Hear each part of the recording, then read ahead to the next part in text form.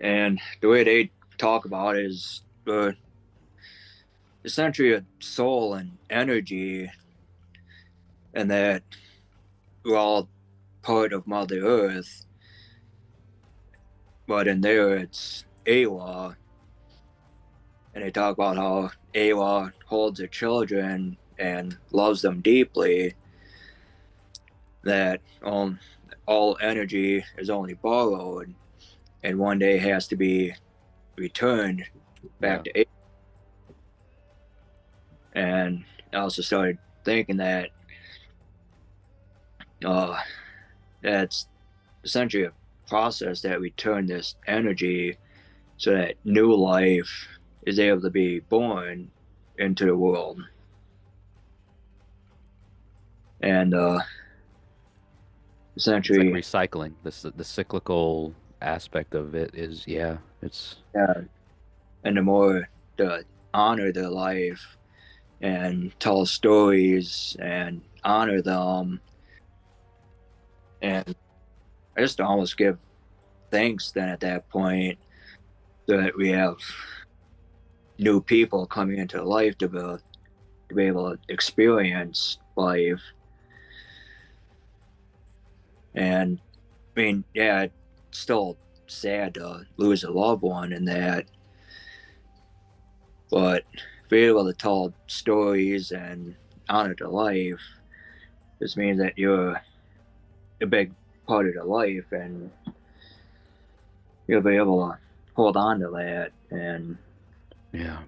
honor them that way, which I have my ways to honor people that I have lost, which I actually saw some of them through that too, being my cousin and my grandpa, being the most recent one that passed away. Then, uh, started thinking about my father, because I don't speak to him or anything. He essentially disowned all of his kids and has essentially pushed us away. And he wants to get back into life, but he wants us to admit that we were in the wrong on everything that happened. Mhm. We're able to have him talk to us again. Wow.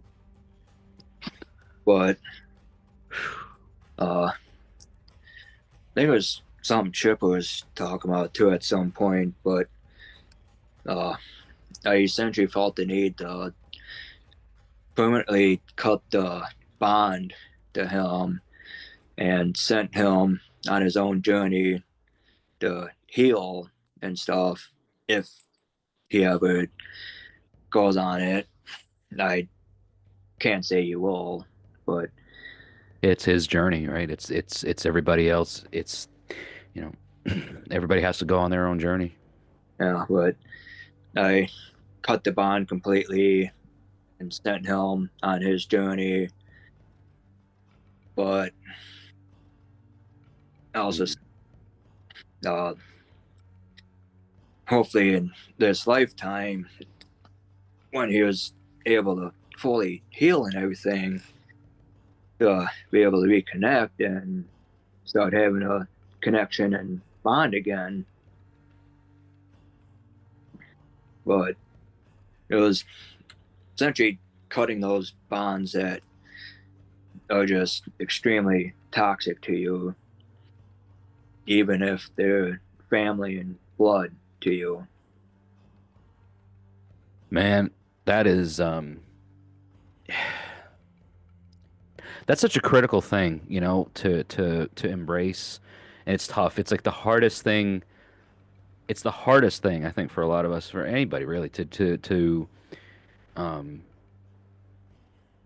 embrace or accept the fact that sometimes you just gotta sever ties, right? Sometimes the healing process means that you need to let go. And why do we hold on to things for so long? You're right. I think maybe it's because of this feeling of comfortability. It's familiar. Even if it hurts us, it's familiar to us. And so we therefore, because it's familiar, there's a degree of comfortability that we want to hold on to because it's easy. It's again, it's familiar, we're comfortable, and even if it's painful, Yeah, we and hold on to that. And so, and the toughest thing is to realize that that's not doing us any good.